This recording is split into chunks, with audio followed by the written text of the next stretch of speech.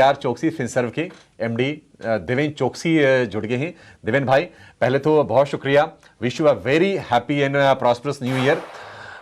2026 में बाजार में आप किस तरह के मूव देख रहे हैं सर? क्योंकि 2025 में मतलब गुजर गया, कुछ लोगों के पैसे बने, बहुत सारे लोगों के नहीं बने, जिनका स्मॉल कैप मिड कैप में एक्सपोजर रहा होगा। 2026 में क्या स्थिति होगी बाजार की और किस तरह की चाल आप एंटिसिपेट करके चल रहे हैं?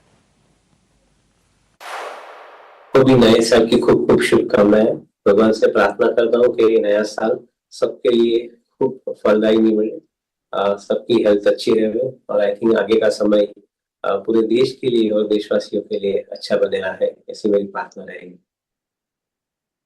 सो ओवरऑल आई थिंक जो 2026 का साल शुरू हो रहा है उसके अंदर प्रोमिसेस काफी है, क्योंकि एक तरफ आप बैकड्रॉप में देखें तो ये फाइनेंशियल ईयर 25-26 एक लैंडमार्क ईयर गिना जाना चाहिए। टैक्सेशन के अंदर जो बचत की गई है, करीबन 12 लाख रुपया की इनकम तक आपको टैक्स नहीं भरना है और करीबन आपका फैमिली ऑफ 4 रहता है तो approximately 48 to 50 lakhs of rupees की इनकम तक आप टैक्स नहीं भरते हो, which is a very significant amount of money in the hands of consumer. क्योंकि कंज्यूमर के हाथ में पैसा रहेगा तो I think he will be spending significantly. और जैसे गवर्नमेंट ने ट्रेंड को समझा है, उन्होंने जीएसटी के रेट के अंदर भी बदलाव किया और जीएसटी के रेट 2 रेट के ऊपर लाके स्थगित कर दिए गए। तो काफी हद तक with the rationalisation and the fall in the GST rate, मैं ऐसा समझता हूँ कि एक बार टैक्स कलेक्शन बढ़ेगा और दूसरी तरफ कंज्यूमर का स्पेंडिंग पावर बढ़ेगा। इंटरेस्ट रेट के दाम भी कम हुए हैं, इन्फ्लेशन कम हुआ है, तो ये पॉजिटिव फैक्टर गिने जाने चाहिए। इंडस्ट्रियल प्रोडक्शन बढ़ा है, जीडीपी का ग्रोथ बढ़ा है, ये पॉजिटिव फैक्टर गिने जाने चाहिए। नेगेटिव फैक्टर के अंदर जो रुपये की कीमत में घटा हुआ है, 90 के रुपीस के आसपास डॉलर के सामने रुपया है, एक थोड़ी चिंता का विषय है। बट ओवरऑल आई थिंक 2026 के साल के अंदर प्रोमिसेस ज्यादा है, डिसअपॉइंटमेंट्स कम है, ऐसा मैं मानता हूँ। कॉर्पोरेट अर्निंग के माध्यम से देखें तो भी third quarter onwards I think we are likely to see significantly large amount of growth compared to previous 2 quarters in this financial year. तो ऐसा मेरा मानना है कि I think along with higher growth earnings, better profitability and visibility for further growth for next 5 years, 2026 should be the year on which हमारे market को एक अच्छी ऊंचाई तक जाने का एक अवकाश मिलेगा, एक स्कोप मिलेगा। देवेन भाई, आपसे ना हम सेक्टर्स पर भी व्यू जानना चाहेंगे और जो फैक्टर्स रहे हैं जरा उनकी भी चर्चा कर लेते हैं।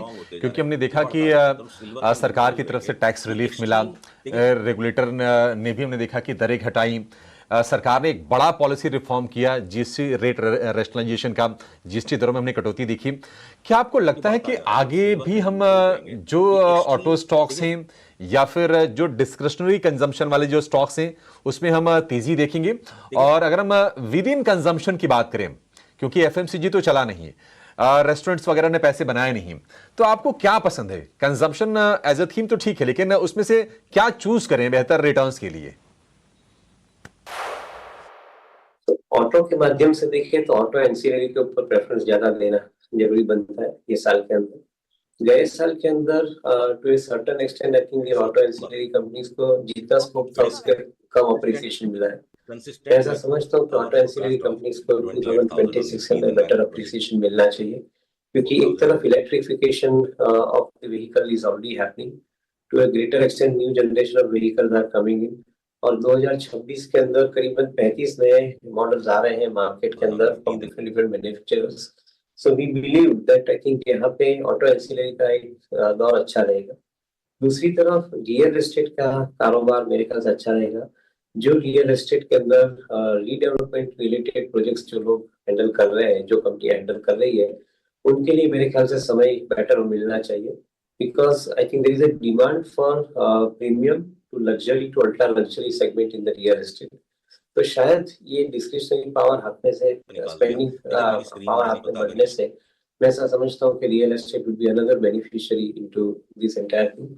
इंटरेस्ट रेट के दाम कम होने के कारण एनबीएफसी और बैंकिंग के लिए भी आई थिंक मेरा ऐसा मानना है कि ग्रोथ ट्रेजेक्टरी बेटर रहेगी अगले साल के अंदर। और last but not the least, some of the commodity companies, particular metal commodities, हमें ऐसा लग रहा है कि मेटल एंड केमिकल कमोडिटीज के अंदर शायद यहाँ से आपको एक अच्छा ग्रोथ मिले।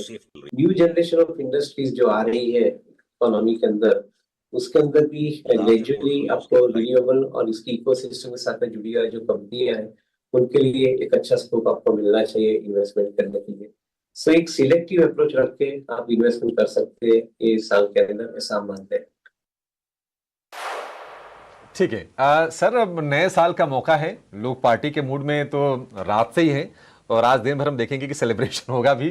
तो एक जरा लाइटर नोट पर आपसे क्विक व्यू चाहेंगे, जो अल्कोहलिक बेवरेजेस वाली जो कंपनीज हैं, क्विक कॉमर्स है या फिर जो इंटरनेट प्लेयर्स हैं, क्योंकि मतलब ना मिक्स्ड रिटर्न्स मिले हैं 2025 में।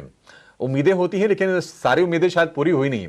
गोइंग अहेड, गोइंग इनटू 2026, इस साल में आप किस तरह के मौके देख रहे हैं स्पेस में? 2020 से लेके लगातार ये इंडेक्स ऊपर बढ़ी नवंबर 2024 तक।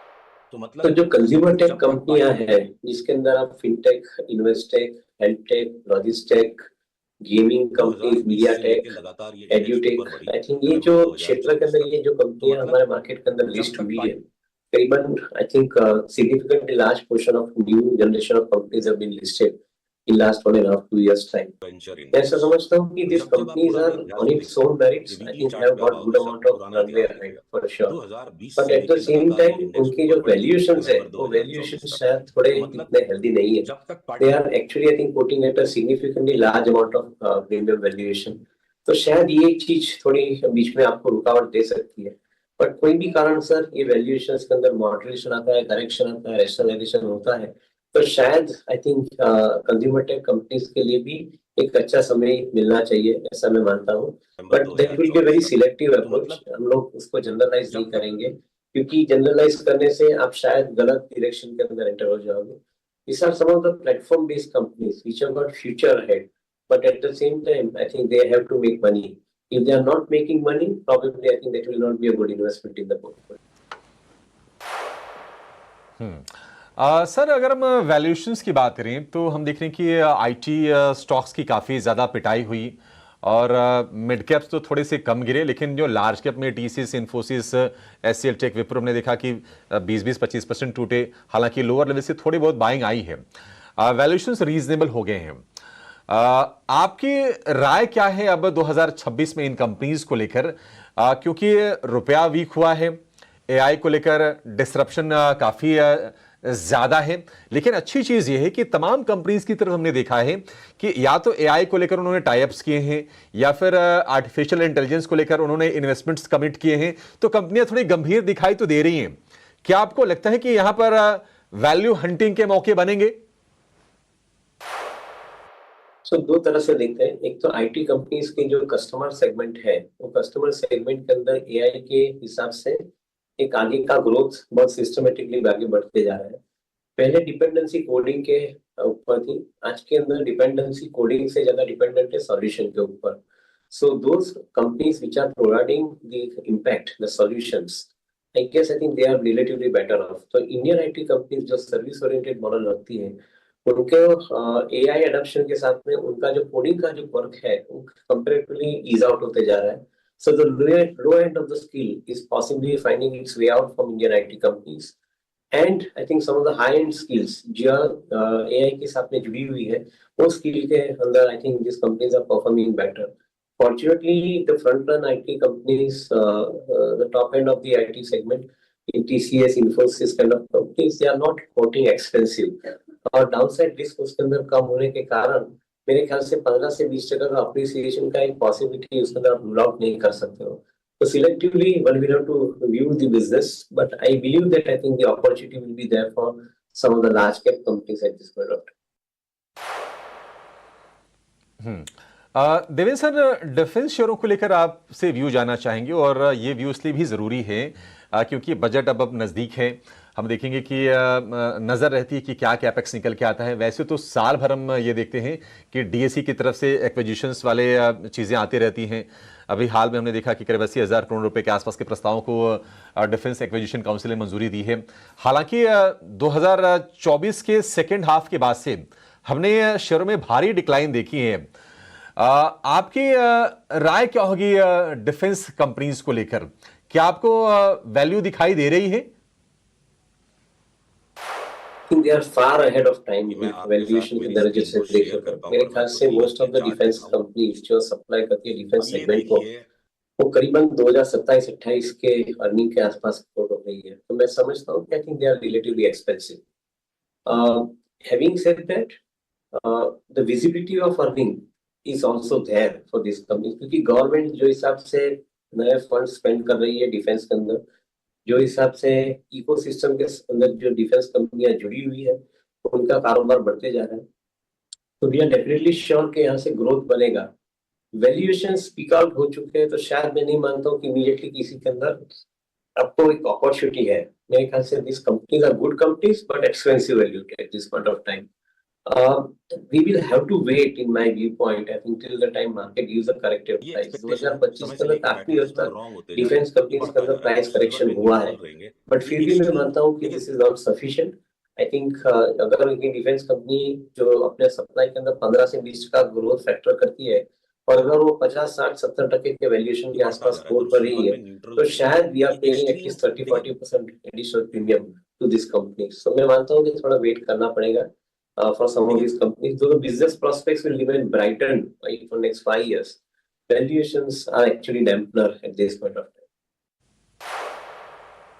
देवेंद्र सर, जो एक्सपोर्ट ओरिएंटेड जो इकोनॉमी हमारी है, स्पेशली अगर हम यूएस फेसिंग अगर हम स्टॉक्स की बात करें, तो अमेरिका में जो टैरिफ इंप्लीमेंट हुआ भारतीय इंपोर्ट पर, उसके चलते काफी ज्यादा अनिश्चितताएं रही हैं। अब यहां से आपकी राय क्या होगी, क्योंकि वो अनिश्चितता के बादल छटते हुए दिखाई तो दे नहीं रहे, क्योंकि अभी तक ट्रेड डील हुई नहीं। हालांकि फार्मा उसके दायरे से बाहर है, लेकिन ऑटो हो गया, टेक्सटाइल हो गया, ऑटो का हमारा एक्सपोर्ट थोड़ा सा लिमिटेड है, बट एक थोड़ी सी ना चिंताएं रही हैं इन सेक्टर्स को लेकर जो एक्सपोर्ट वाली हैं। आपकी राय sir? Well, I think it is a little ambitious call कि टेक्सटाइल के अंदर और फार्मा के अंदर आपको एक रैली मिले, क्योंकि मैं नहीं मानता हूँ कि फार्मा को कोई एडवर्स इम्पैक्ट अभी तक हुई है यूएस के टैरिफ के हिसाब से। Yes, I think the stock price have remained slightly subdued and corrected, but fundamentals of the pharma companies have not got affected. They are regularly selling what they used to sell, और उसका जो growth rate है वो continue to रहा है। So I think there is no second thought on this aspect that this will continue with or without tariff related requirement, I think, which we are asking for. Of course, I think the tariff is an overhang on the currency. Currency काफी हद तक weak हुई है because of, I think, this particular overhang. अगर यहाँ पे ये overhead resolve होता है तो करेंसी शायद आपको 87 के आसपास वापस आके मिलेगी, ऐसा मैं मानता हूँ। And that could be, I think, a stable level of rupee to a dollar in the 2026 year. So मेरा ऐसा मानना है कि more than the sectoral impact at this point of time, it is a sentimental impact, I think, which is required to be cleared out. Because if this sentimental impact gets cleared out, probably the currency movement जो misbehave किया है currency ने, वो शायद correct हो सकता है।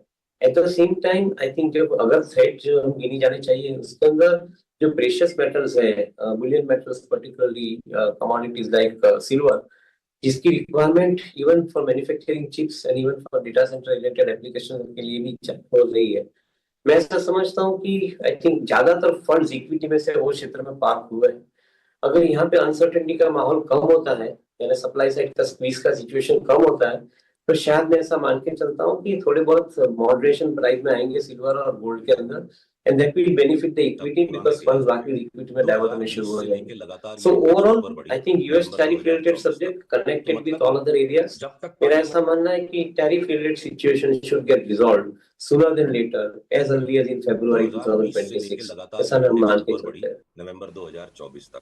तो मतलब जब तक ठीक है देवेंद्र सर, बहुत शुक्रिया हमें समय देने के लिए और नए साल पर हमसे बातचीत करने के लिए, और हमारे साथ हमारे जो तमाम दर्शक हैं, जो इन्वेस्टिंग जो कम्युनिटी है, उनका मार्गदर्शन करने के लिए और अपने अनुभव के निचोड़ से उनके ज्ञान की वृद्धि कराने के लिए भी थी। थैंक यू सो मच, आज आप हमारे साथ जुड़े हमारे चैनल पर सर।